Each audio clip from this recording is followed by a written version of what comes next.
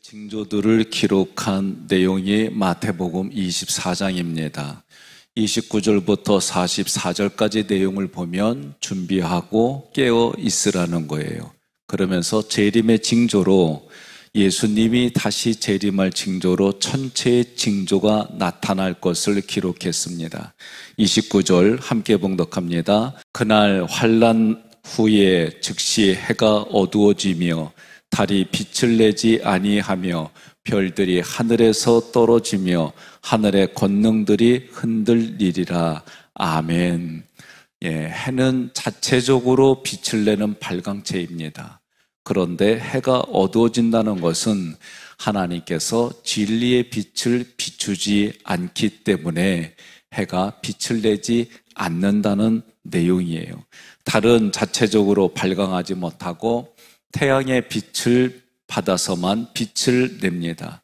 이 구절들이 의미하는 하나님의 의도는 결국 진리의 빛을 비추어야 할 자들이 세상과 하나 되어 빛을 내지 못한다라는 말씀이에요.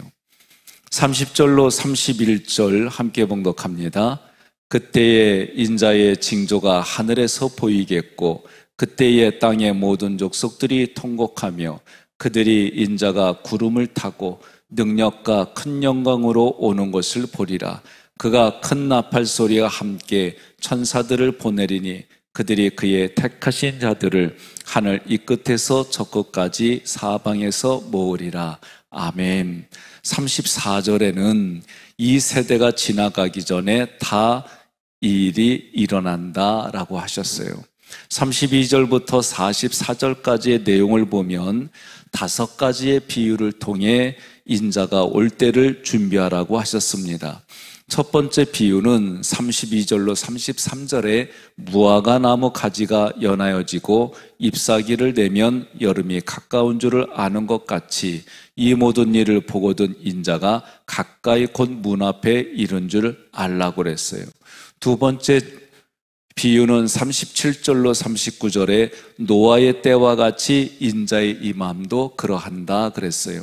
홍수전에 노아가 방주에 들어가던 날까지 사람들이 먹고 마시고 장가들고 시집가면서도 홍수가 나서 그들을 다 멸하기까지 깨닫지 못했는데 예수님이 재림하는 것도 이와 같다 그랬어요. 세 번째 비유로는 40절에 밭에 있는 두 사람 중에 한 사람은 데려가고 한 사람은 버려둠을 당한다 그랬어요. 네 번째 비유는 41절에 맷돌질 하는 여인 중에 한 사람은 데려가고 한 사람은 버려둔다 그랬어요. 다섯째 비유에서는 43절에서 44절이에요. 집주인이 도둑이 어느 시각에 올 줄을 알았더라면 깨어있어 그 집을 뚫지 못하게 한다. 이러므로 너희도 준비하고 깨어있으라. 생각하지 않은 때에 인자가 온다고 기록했습니다. 우리는 언제 죽을지, 언제 하나님 앞에 서야 될지 알지 못해요. 자기가 죽는 것은 그 누구도 알 수가 없어요. 그러므로 성경이 지금 말하는 것은 우리가 늘 진리 가운데 있으라는 거예요.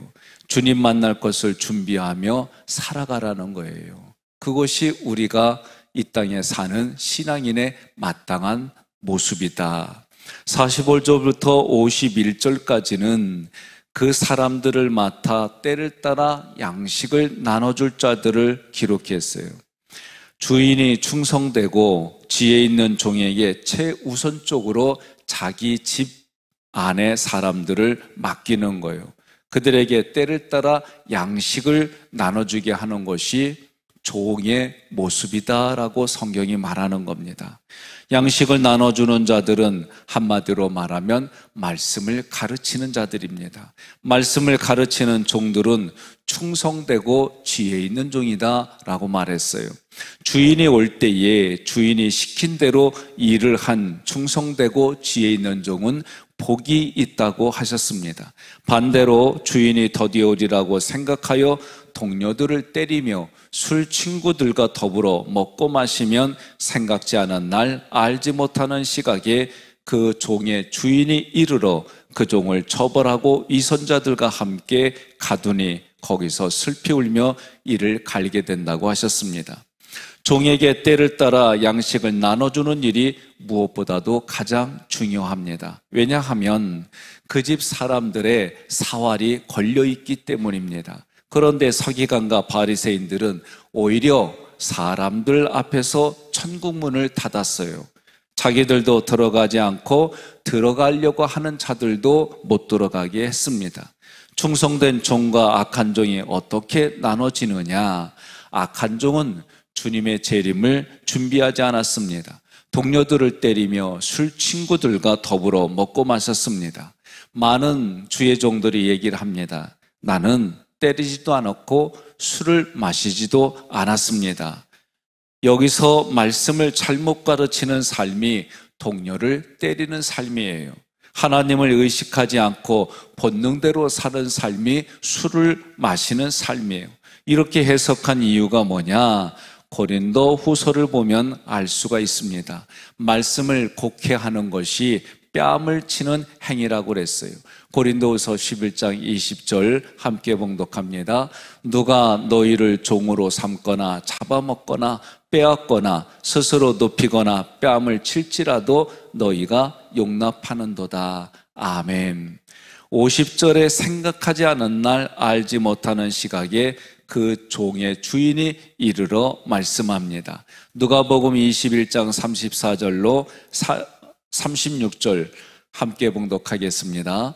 너희는 스스로 조심하라. 그렇지 않으면 방탕함과 술취함과 생활의 염려로 마음이 둔하여지고 뜻밖의 그날이 덕과 같이 너희에게 임하리라. 이날은 온 지구상에 거하는 모든 사람에게 임하리라. 이러므로 너희는 장차 올 이 모든 일을 능히 피하고 인자 앞에 서도록 항상 기도하며 깨어 있으라 하시니라. 아멘.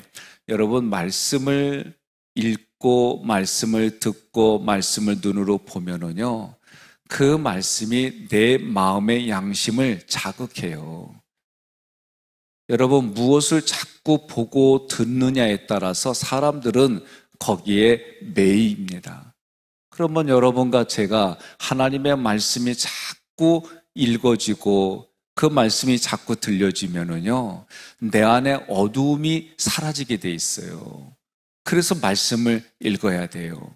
그런데 말씀을 읽는 것이 그렇게 하나님의 말씀이 내 안에서 작동하지만 기도도 그만큼 또 해야 돼요. 왜? 말씀과 기도 외에는 영적인 싸움에서 이길 수 있는 방법이 없어요. 그러니 기도하시는 거예요. 기도하면 하나님이 하시는 말씀을 해주시는 거예요. 그래서 때에 따라서 도와주시는 하나님의 음성을 들으려면 기도해야 돼요. 그런데 기도하려면 말씀을 붙들고 기도해야 되는 거예요. 그러니 하나님의 말씀을 읽는 것과 기도하는 것 외에 다른 것을 생각하면 안 돼요. 51절에 엄히 때리고 외식하는 벌에 처하리니 거기서 슬피 울며 이를 갈리라. 어떤 사람들이 슬피 울며 이를 갈게 되느냐? 1차적으로 말씀을 맡아 때를 따라 양식을 줘야 할 자들이 말씀을 왜곡해서 가르치고 자신들은 그 말씀대로 살지 않는 자들이에요. 경기연회에서 동성애 축제에 가가지고 기도해준 목사님이 계시죠. 예. 어떻게 일어날 건지 얘기를 듣고 징계를 내린 걸 보았어요. 감리교 교리와 점정에는 면직으로 돼 있어요. 근데 면직을 하면 이 나라의 동성애를 옹호하는 사람들이 벌떼같이 달려들 준비를 하고 있었어요. 많은 고민을 하다가 그래도 한번 권고를 하자. 그런 의미로 2년 징계를 내렸어요. 목회를 하지 못하도록. 저는 예상하기를 이분이 사회법으로 갈 거라고 예상을 했어요. 그리고 인터뷰하는 장면이 나온 거를 이렇게 보니까 사회법으로 가겠단 말이에요. 그러면 자기는 그러면서 얘기가 뭐냐? 성소수자의 그 사람들에게 복음을 전하고 그들을 위해서 끝까지 하겠다는 거예요. 나 같으면 그렇게 말 안 할게요. 잘못했습니다. 죄송합니다. 그들에게도 하나님의 구원의 메시지가 들려야 되는데 그 일들을 위해서 기도하겠습니다. 좀 이렇게 말하면 자기도 좀 부드럽지 않을까? 여러분, 자신의 소신대로 하는 거 좋아요. 성경 보세요. 그 얘기 나와 있어요. 자기네 소견에 옳은 대로 행하였더라. 이게 어디에서 나오는 거예요? 그렇죠. 사사기에 나와 있어요. 사사기에. 자기의 소견에 옳은 대로 행하. 이 문장이요, 참 많이 있는 게 사사기요. 사사들이 하나님의 말씀을 위임받아서 선포하고 가르쳤던 사사들이에요. 그런데 신기하게도 거기에 보면은 평화로운 시대가 있더라. 그리고 한참 있다가 몇십 년 후에 이게 반복이 돼요. 그러면 여러분, 지금 바이러스로 인해서 예배드린다는 것이 자유롭지 못한 기간들을 겪었어요. 저는 이거요, 하나님이 우리에게 보여주는 경고의 사인으로 봐야 돼요. 더 큰 바이러스가 올 거라고 다들 예견해요. 그러면 더 큰 바이러스가 오면 한때 우리가 20명 그 이상 모이지 말아라. 교회에 대해서 그랬어요. 교회에다가만 그랬어요. 교회에다가. 그러다가 이제 여론들이 이래저래 많아지니까 모여있는 경영을 하는 데 있어서 사람이 모이는 결혼식장이라든가 몇 군데들 이런 데도 아주 이 20명 미만의 것들이 강력하게 집행하라고 얘기가 나와요. 그러면 앞으로 더 큰 바이러스가 오면 20명이 모여 어려워져요. 그러면 어떻게 되느냐? 포로로 잡혀갔지만 하나님 앞에 매일 3번씩 기도했던 인물이 누구예요? 안 겪어봐서 몰라요? 누구예요? 다니엘이죠.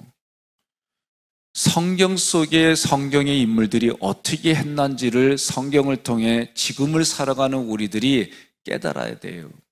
그러면 다니엘도 죽으면 죽으리라는 마음을 가지고 하나님 앞에 늘 하던 대로 기도하고 예배를 드렸어요. 그러면 우리도 그런 환경이 이미 진행됐어요. 교회는 못 오고 하나님을 향하여 하나님 앞에 기도하는 거였어요. 그런데 많이들 그렇게 하셨을까? 안 그래요. 그렇지 않아요.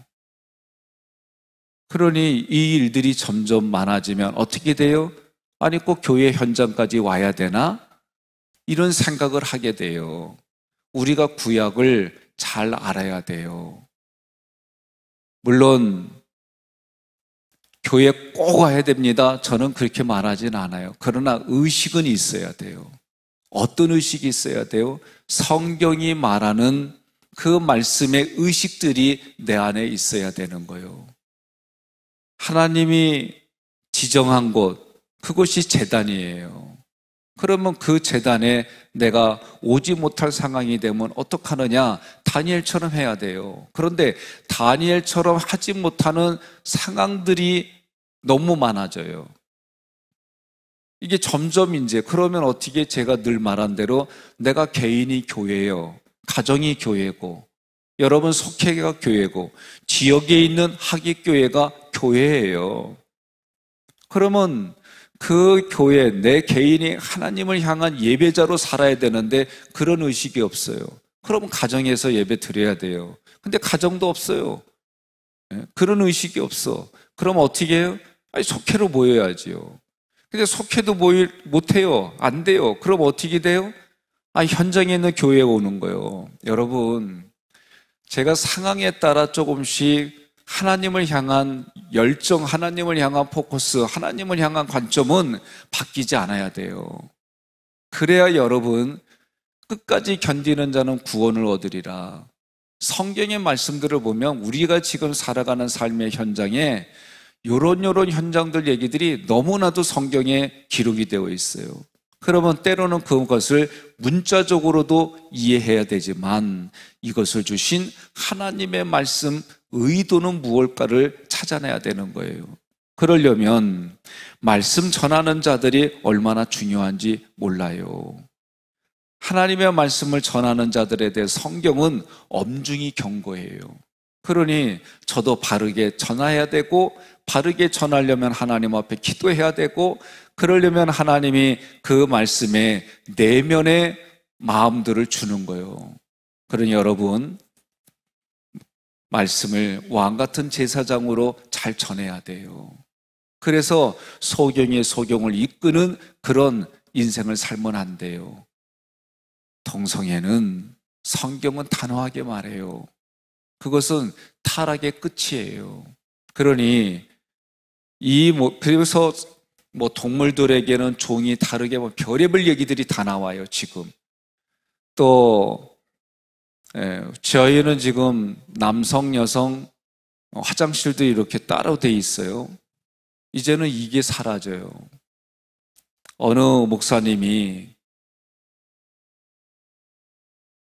서울에 있는 신학교를 갔어요. 가서 강의를 하고, 그러면서 여러분들처럼 이렇게 앉아 있어요. 그래서 여자분에게 자매 하고 나서 어떤 내용들을 주고받았어요. 끝나고 나가는데 그 여자분이 기다렸다가 왜 목사님은 성적 발언을 하느냐 말이에요. 쉽게 말하면은 자기한테 학생이라고 불러야지 왜 여성의 단어를 써서 하냐 이거예요. 이분이 그거를 겪고 나서 어이가 없어가지고 화가 나가지고 얘기를 하는 거예요. 신학교까지 이래요. 지금 오늘날 하나님을 경험하지 못한 사람들이 성경을 가르치고 하나님을 경험하지 못한 사람들이 목회 현장에 있는 일들이 지금 한두 가지가 아니에요. 그러니 하나님께서 말씀을 통해 뭐라고 그래요? 말씀을 맡아서 때를 따라 양식을 줘야 할 자들이 말씀을 왜곡해서 가르치고 자신들은 그 말씀대로 살지 않는 자들이다. 사두개인과 바리새인들이 하는 말을 너희는 들어도 그들이 하는 행위들은 본받지 말라. 성경이 구체적으로 얘기를 하는 거예요. 그 다음에는 불법을 행하는 자들이 풀무불에 던져진다 그랬어요. 여러분, 불법이라고 하는 게 뭐예요? 하나님의 말씀을 바르게 가르치지 않으니까 내 안에 가지고 있는 하나님을 향한 지식들이 무너지는 거예요. 그렇게 만드는 사람들, 그래서 내가 하나님을 알지 못하고 하나님을 알고 있던 성경의 지식마저도 무너지는 삶을 살아가는 게 불법이에요. 그게 불법. 우리가 불법이라고 말하면 사회에서 범죄 행위하는 거를 그렇게만 생각해요. 아니요, 성경에서요, 죄라고 하는 거는 하나님을 알지 못하는 게 죄예요. 이게 죄예요. 그러니 죄인들은 하나님을 알지 못하기 때문에 죄를 범하고 그 죄의 결과로 죽는 거예요. 그러나 우리는 하나님을 알아요. 누구를 통해? 예수님을 통해. 그래서 예수 그리스도를 통해 우리는 구원을 받는 거예요. 성경은 아주 단호하게 얘기를 해요. 하나님의 뜻대로 순종하지 않은 자, 하나님의 뜻을 알면서도 하나님의 뜻대로 순종하지 않은 자, 성경은 예복을 입지 않은 자들, 이들은 예수 그리스도의 십자가 공로만을 붙들지 않은 자들이다 그랬어요. 성경대로 말하면 무익한 종들이 이제 심판을 받는 겁니다. 자, 주님이 이렇게 마태복음 24장에서 재림하신다라는 것을 왜 이렇게 강조했을까? 그것은 주님의 말씀을 긴급하고 심각하게 받아들이라는 거예요. 하나님에게 있어서 가장 중요한 것은 뭐예요? 하나님께로 돌아오는 생명들이에요. 하나님께로 돌아오는 생명들, 이게 가장 하나님 앞에는 모든 것이에요. 농부가 씨를 뿌리고 거두는 것처럼 우리의 주님이 자신의 피로 값주고 산 영혼들을 추수하기 위해서 다시 이 땅에 오시겠다는 거예요. 오시기 전까지는 그러한 사명을 누구에게 맡겼어요? 자기에게 그러세요. 나에게 맡겼으니까 이제 눈 떠도 돼, 그러세요. 아셨죠? 눈 떠도 된다고 해도 돼요. 우리가 영적인 잠에서 깨어 있어야 되는 거예요. 믿으시면 아멘 하시기 바랍니다. 주님은 농부의 마음을 가지고 대속하신 자녀들을 한 알갱이라도 잃지 않으려는 마음을 성경에 기록하셨어요. 이 약속을 지키기 위해서 다시 오는 거예요. 성경에 다 약속이 이루어졌어요. 딱 하나만 남았어요. 뭐예요? 재림입니다. 예수님이 재림하는 거예요. 그날은 언제인지 알 수가 없어요. 그러나 재림의 그날이 언제인지는 알 수는 없지만 징조들을 얘기했어요. 그래서 24장에 기록되어 있는 말씀들이 문자적으로도 되어지는 거 보면 아유, 저런 일들이 이루어지겠구나, 긴장해야 돼요.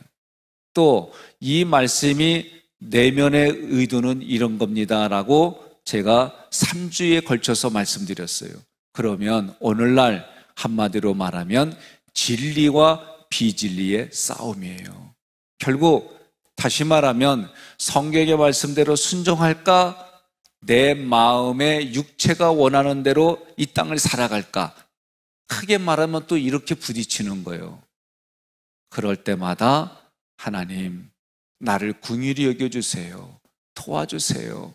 나는 죽을 수밖에 없는 죄인이지만 예수님 십자가 보혈의 피를 의지합니다. 주님께서 도와주세요. 그렇게 기도하세요. 그리고 기도하면서 말씀의 내용들을 기억하고 또 기도하실 때에 어떻게 기도해야 될지 모른다 그러면 예수님이 우리에게 가르쳐 주신 주님의 기도를 여러분들이 하시는 거예요. 또 이제 점점 성숙해지면 내 얘기만 하는 게 아니라 하나님 말씀하세요. 내가 듣겠습니다. 이게 기도예요. 그래서 하나님이 하시는 말씀을 듣는 것이 기도이기 때문에 저도 처음에 이거 하는데요, 아주 힘들었어요. 어떤 때는 몇 개월 동안 아무 소리도 안 들리고 그냥 그러다 가는 때예요. 근데 여러분이 말씀을 읽어요, 말씀을 들어요, 말씀을 봐요, 말씀을 읊조려요. 그러면 하나님의 말씀이 살아있어 역사하고 내 안에서 작동을 해요.